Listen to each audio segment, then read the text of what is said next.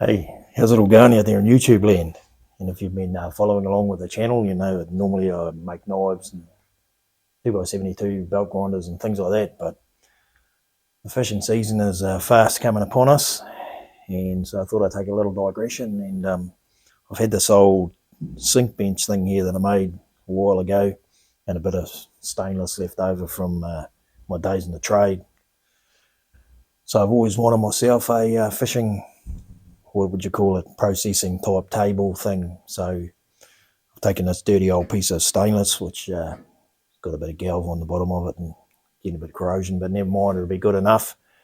And I thought I'd fashion it into a sort of a work table with a sink in the middle. I already had the sink made, and I'll show you all that in a bit of a minute sort of thing. And so yeah, I've just got it ready to go and tacked up. I had the sides folded and all that quite a while ago, and had it sitting there for ages and never got around to finishing it. So that's a little bit about what this video is going to be about, just TIG welding this up and seeing if I can get it to work. It's something I think you might want to watch, and come along for the ride, and we'll see how we go and see what we come up with. So enough to say I'm probably a little bit out of my comfort zone. Done a lot of fabrication in my day, especially with stainless steel, and never in my little garage here. So I'm used to 8-meter leads on my welders and abundance of gas and a lot more room and a lot more tools and equipment. But yeah, we're going to try and make it work. It's probably why I put it off for so long.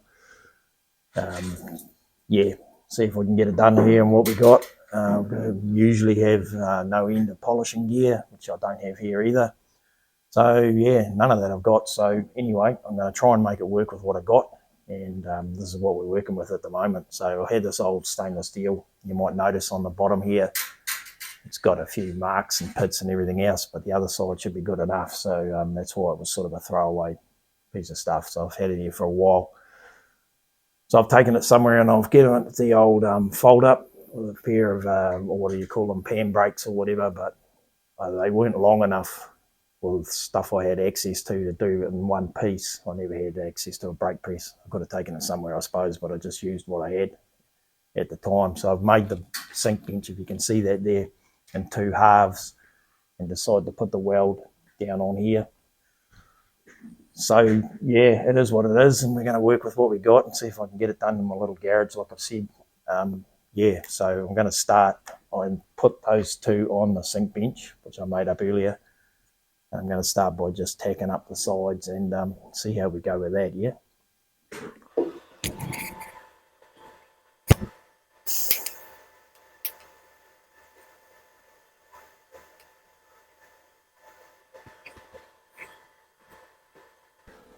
So like I said, or might not said, and if you're new to TIG welding, well, I don't have an abundance of gas, so my pre-flows and post-flows I turn right down just to conserve a bit of gas. I don't really have the facilities to purge the back of it. So to try and stop the burn through, I'm just going to use the aluminium blocks as best I can and just back everything like that. Again, like I said, if you're new to stainless steel, I'm going to do a little bit of sanding off or grinding off the welds. And so I've found in the past doing sink benches and stuff like that, if you don't try and stop the oxidation or whatever on the back and it goes a bit crystalline or crusty, when you start sanding it off, it'll be brittle and it'll crack. So it's better to purge it if you can, or do what I'm doing here and just back it so the weld is still cleaned on the other side, keep the oxygen off it. So a couple of tacks to start there, and get one more on top, and I'll line it up. Yep, eyes.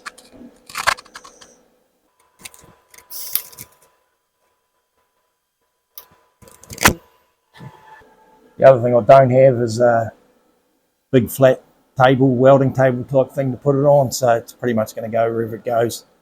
It's not too bad, it's not too out of square or anything like that.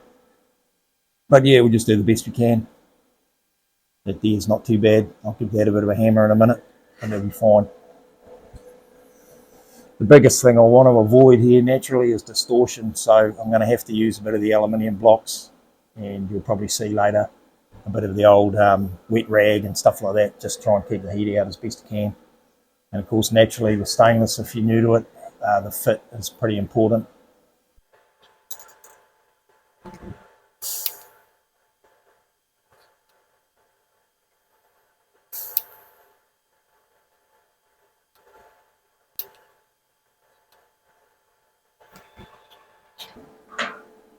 Clamping on these blocks just helps line it up a bit too, keep it a bit straighter.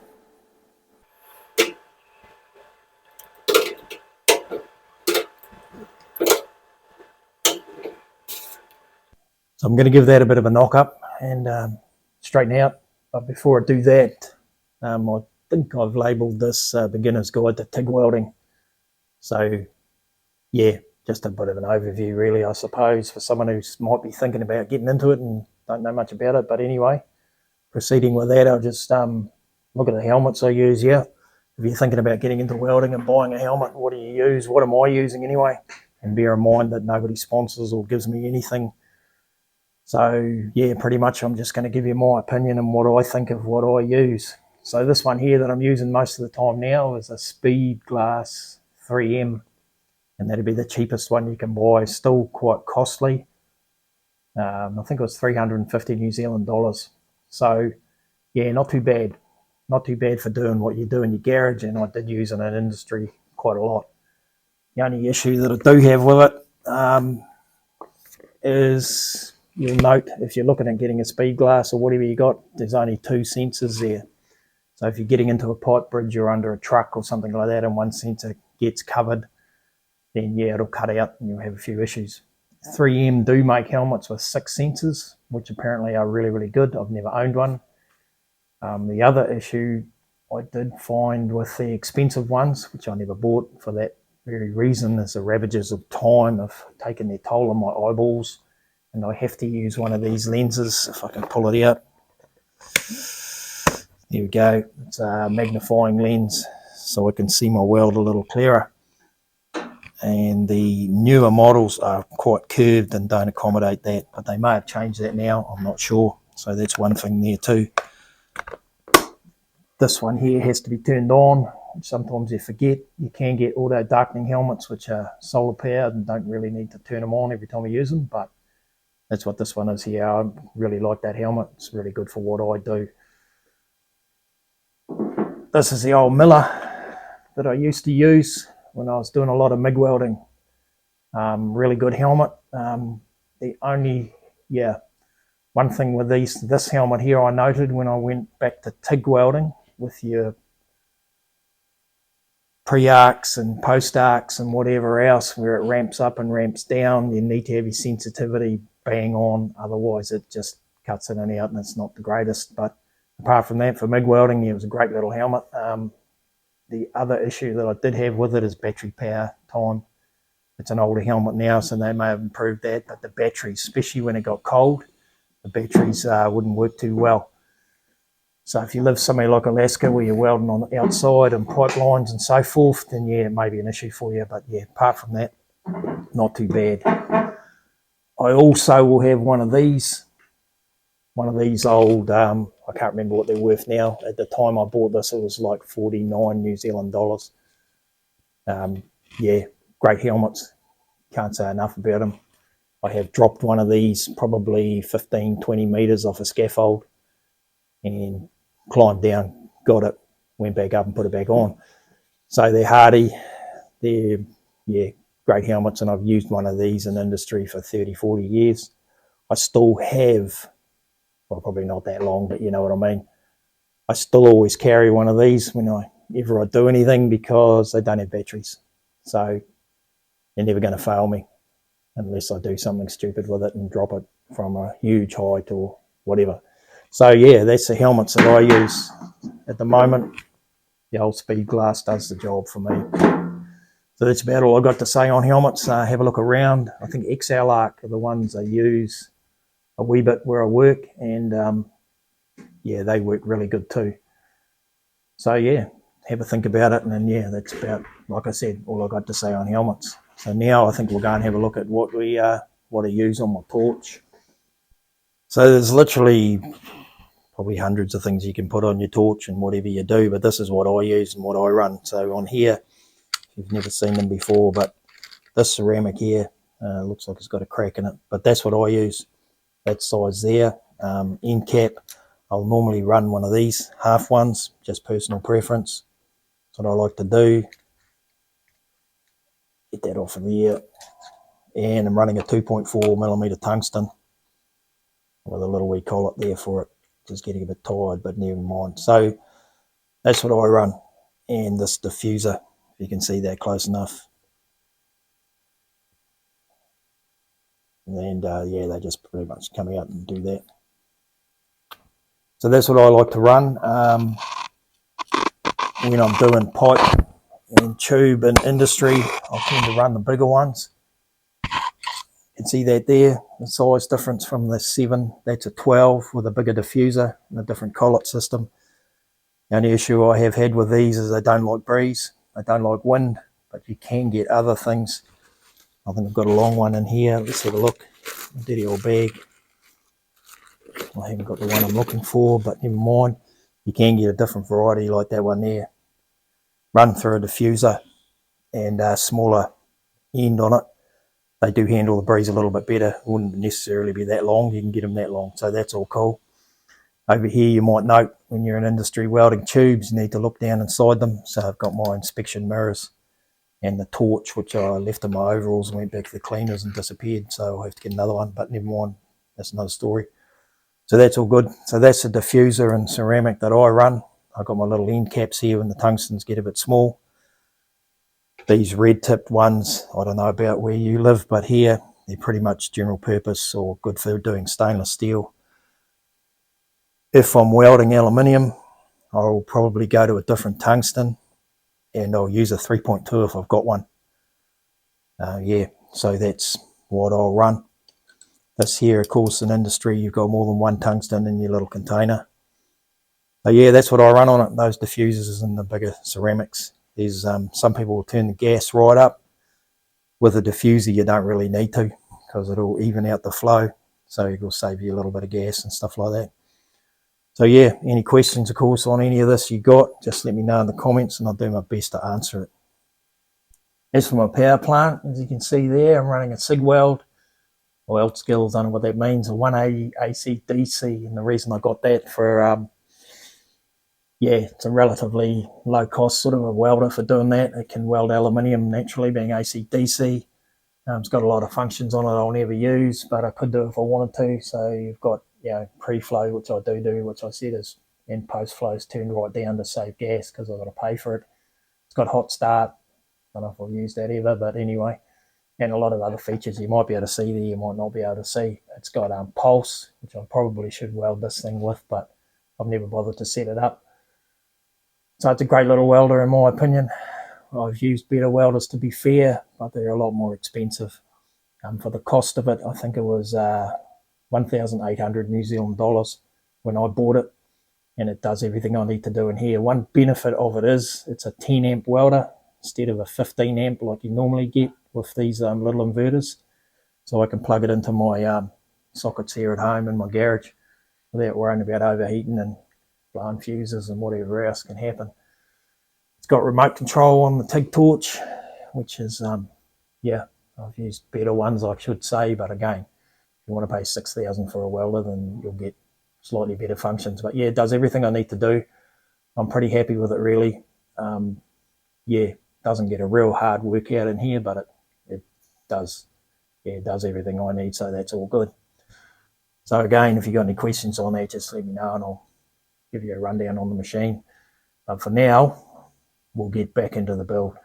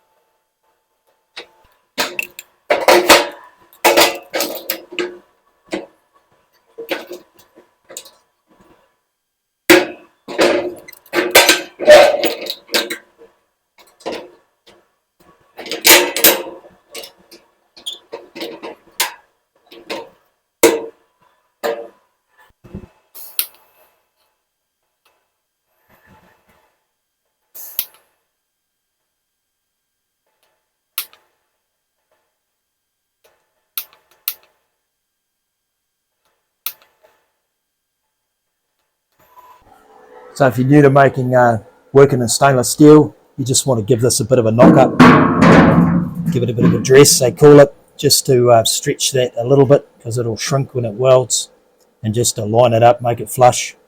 So here goes.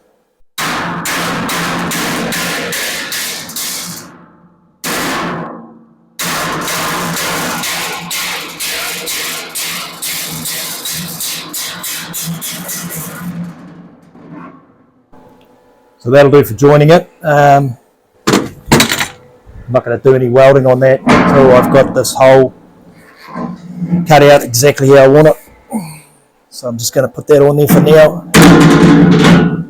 Get some marks and do some cutting, yeah.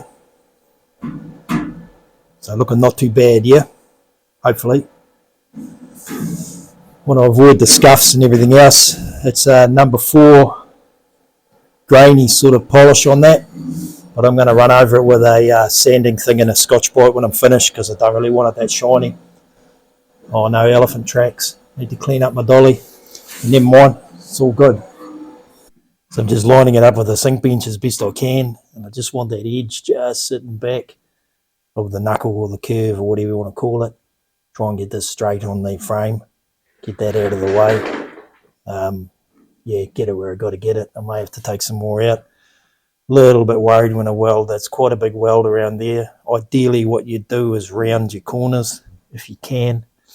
But yeah, I wasn't going to put a stainless top on this, but I had the stainless there from ages ago, so that's what I decided to do. What you should also do if you want to avoid the distortion, which is going to be a little bit of a problem with stainless, you should really hammer this edge and stretch it out as best you can, and that'll avoid it as well. Whether I do that or not, I don't know. It's quite a big job, but I'll get this marked out and cut and get it tweaked up, and we'll go from there, yeah. So that's hopefully putting a mark on it underneath. So do a rough cut, refit, rough cut, refit, and all the rest of it. I'll weld this up here and down the sides, and then I'll tack it all onto here. I'll get that welded first, due to the fact that if it moves, I can hammer it up again. You can get it as flat as I can before I put it on here, yeah.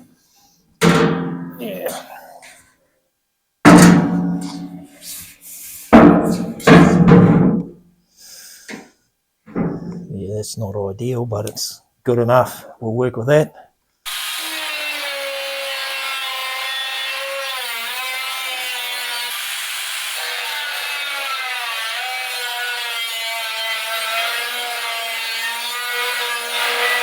So I'm just lining it up with a tub here. I've got some centre marks there. If I put on these 2 joins, should get it as square as it needs to be, hopefully. So that was just a rough cut. Some of the footage didn't happen, but you get the essence.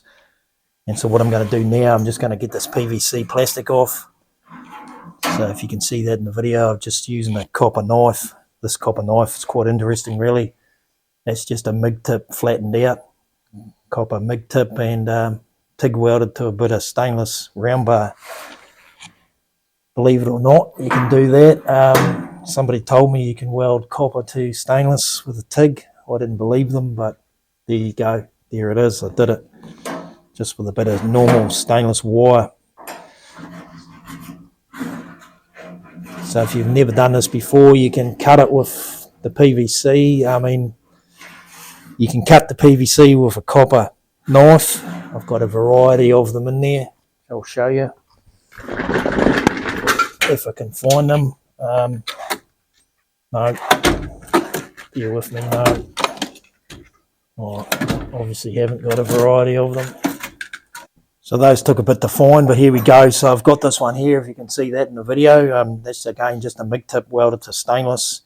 And what you do, you put it on the edge of the stuff, and you run that around, and it'll cut at a certain distance. So that's that one there. This little tool here, if you can see it, is another thing. If cutting around something you can't get to the back of, you put it in against it, over the steel, like that.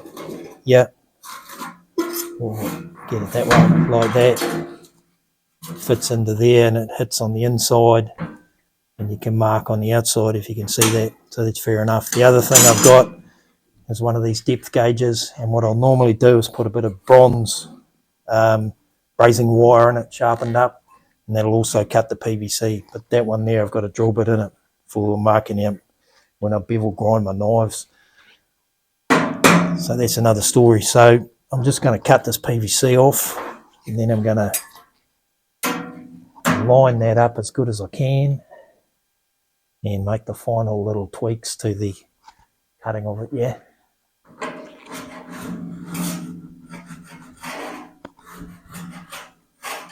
Like I said or didn't say, the old copper doesn't tend to scratch the stainless too bad. Remembering when you peel the PVC, normally you'll polish back to this line. Probably not here because I haven't got any polishing gear. Got a few flap wheels which I'll use, you'll probably see. That's about the extent of it.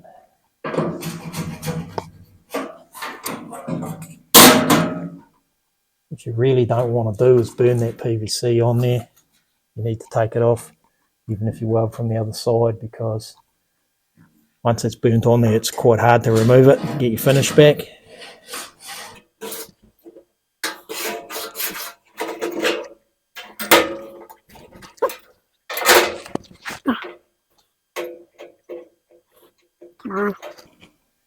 Another thing with this PVC, if you leave the stainless in the sun for a while, it'll break down, this plastic, and you'll have a mission.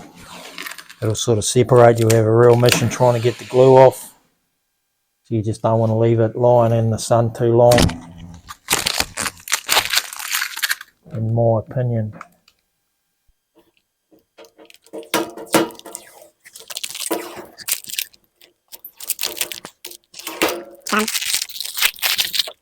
Right, now I'm going to line this up. Don't know if my footage worked or not, but yeah, like I said, I've got some centre lines there, so I'll get it as good as I can. Get that where I need it. Oh, it's not moving. That's pretty good there, really. And look straight, but that's what I have to do.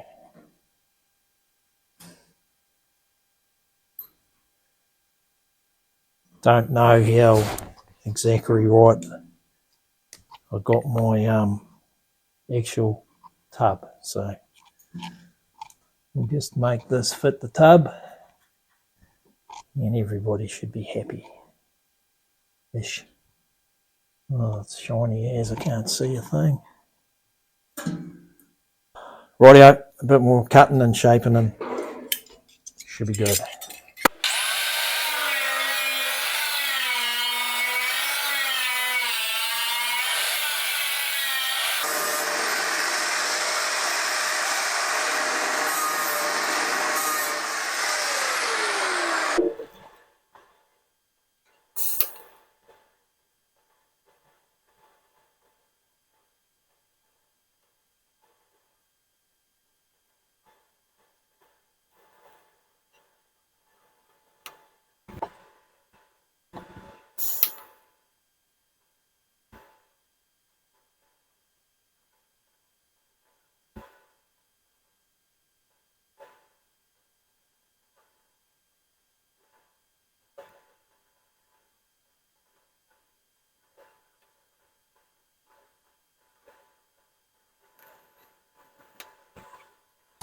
So what you're looking at there is my old tub, and originally on the old frame I only had mild steels hanging around, so that's what I used to make the frame, so I'm going to have to repaint it. It's a bit weathered. Originally I was going to put wood over here and screw it in from underneath. Then I realised I had that stainless and changed my ideas, so this is tacked on to the frame because there's a bit of distortion in that tub. Not the greatest welding I've ever done, but good enough to do the job. So I'm going to take these tacks off around here, and then I'm going to tack my sink bench over the top, yeah. As you just see me weld up the sides, and they've come up not too bad, not too shabby. So we'll proceed with that, yep.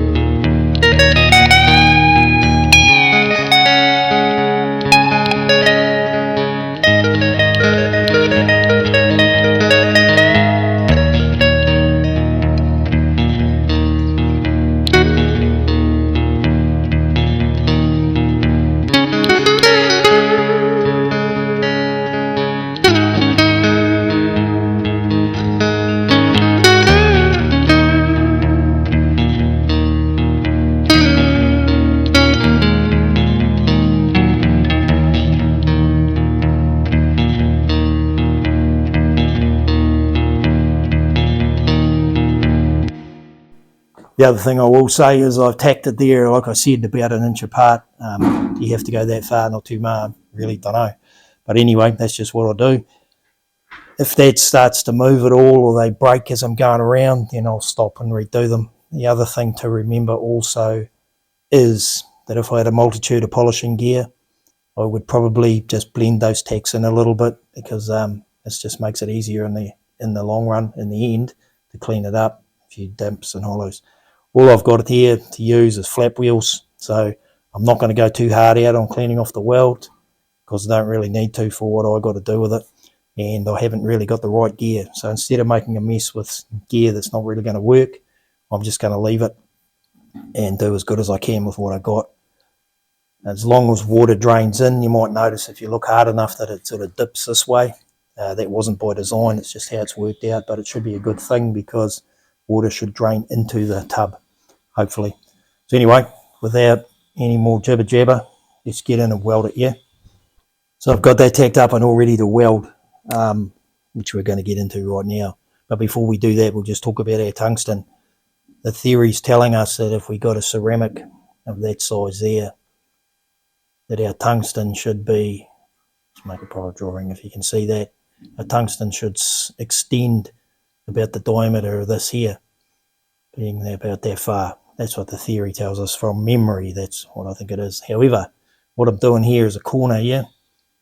So a corner going like this here. So there's nothing to hold that argon. You got to remember that argon's heavier than air, so it's going to drop and it's going to pond like water.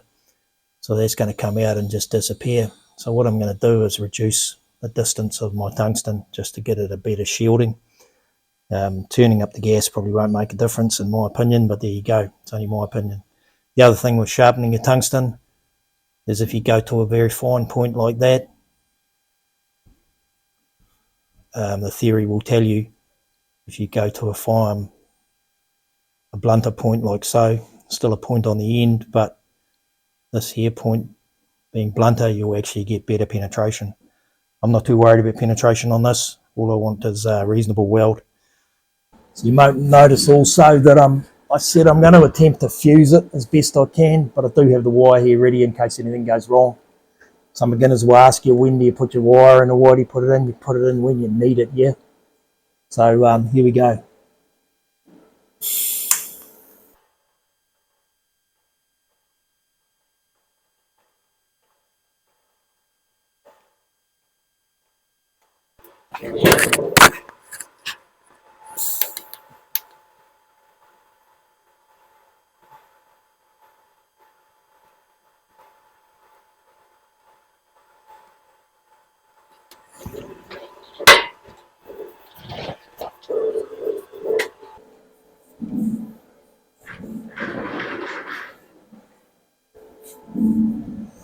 So before the camera overheats and everything goes wrong in that department, I'll turn that off and get back to you when I've finished welding that up, yeah? And show you what I've come up with.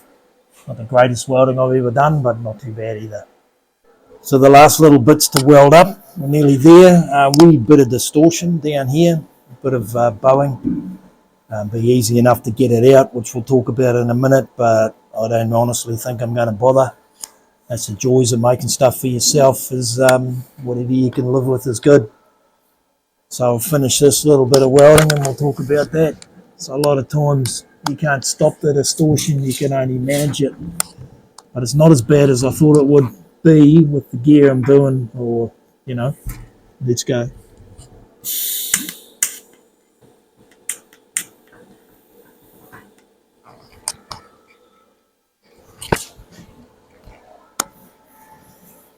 Stainless steel is quite bad for distorting, shrinking. But yeah, I'm pretty happy with it. It's a lot better than I thought it would be. So that's good. You might note too that I'm backstepping my welds a bit. It does have a little bit of an effect when you're doing the old stainless like this. I have worked with other people who have made predominantly sink benches, and they'll cool it off with air, compressed air. I don't have an air compressor, so water has to be the one. But you don't want water. Yeah, water and welding don't mix too well. But never mind, we're nearly there. So honestly, I'm having a bit of trouble with my audio, so we'll do this for the 4th time. Yeah, that's a welding all done there. Not as much distortion as I thought there would be. I'm pretty happy with that. And what you just didn't see me do, or you could have seen me, but I won't add it on, because I did have a bowing in there, low spot there as well. So what I've done, I didn't get my dolly underneath it because I couldn't reach. So I've just got my hand under like that, held it up, and just given it a bang along there to stretch that out. Now I've got my hand stuck and it's out. So I did the same on the other side. Just again pushed it up from underneath and just give it a tweak with a hammer, and it's pretty much come out. So I'm pretty happy with that. What ideally you should do naturally is, like I've said, is round your corners. If you do patching things in industry, they'll specify you have to do that, but this is what I had to work with, so that's what I did. The corners can be a bit of a stress raiser and give you a little bit more distortion than you need, but overall she's pretty flat. Doesn't actually look like I got the sink, the actual tub sort of, it's on a wee bit crooked, but I can live with that. I can live with the rest of this as well. It's all pretty good. I'm happy with that. It's a lot better than I thought I could get it with what I've got in here, but yeah, no, it's all good. It's nice. So yeah, from here what I'm going to do is flip it over. I'm going to do the corners. A few dents in there from the pan brake that I used, but I knew that had happened because it wasn't really big enough for what I had to do with it, but we got away with it. So this is going to work really good. Do the corners. I didn't want to do them first. I should have more confidence in case this didn't work, but never mind. That's another story too. Corners done, and then I'll give this a flap wheel up and clean it up.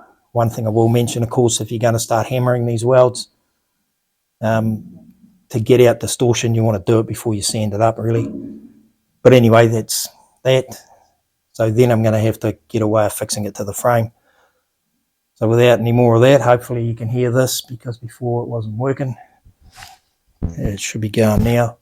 So yeah, that's all good. Let's flip it over, do the corners, fix it down, sand her up, job done. So yeah, once again, a little side note, if you're new to welding stainless steel and you were wondering what I was talking about before with purging and all the rest, purging, you put a backing gas on it, yeah, argon down here in this part of the world. You can see here where we've come through, and you can see how it's gone black and crusty. That sort of thing, if you're doing a butt weld like this and you've cleaned it off, there's not enough pino on there, but it's good enough for me, then this will become brittle and get in the weld. That's not a problem there because I've got heaps of material to go with, and I'm just going to skim the top off on the other side. So just something to be aware of. If you're learning the TIG weld with stainless, you just need to be thinking of your back, and yeah, because you can have problems if you don't. So yeah, there it is. That's where I'm up to now with the old fish processing table, as I like to call it. As you've seen, if you've got this far, yeah, we've got to weld it in and got to do the corners and just give it a bit of a clean up and fix down. But I'm going to call it there for today. Yeah, the cleaning up and all the rest of it. I get a bit of interest in this video, I might put it in. I might make another video about that. But for now, before this video becomes 40 days and 40 nights long, it's getting a bit long. So I'm going to call it there. Hopefully you've learned a little bit or not. And if you've got this far, thanks for watching. And yeah, hope you've enjoyed it. It is a bit of a digression or a bit of a sidetrack from what I normally do, but yeah, just if you're following along with the channel, it's a bit of a journal about what I do here in my garage, and I hope you're enjoying all the content. Yeah, if you're new to this, my channel, and looking at what I do, I normally make knives and 2x72 grinders and stuff like that, but click back and have a look if you're interested, and if you're not, well, yeah, you've got this far, so thanks for watching either way, and thanks to all those people who subscribe, because that really does help me a lot. So I hope this video finds everybody safe and well, and everybody is in good health and all the rest of it, and yeah, I hope you're really enjoying your day.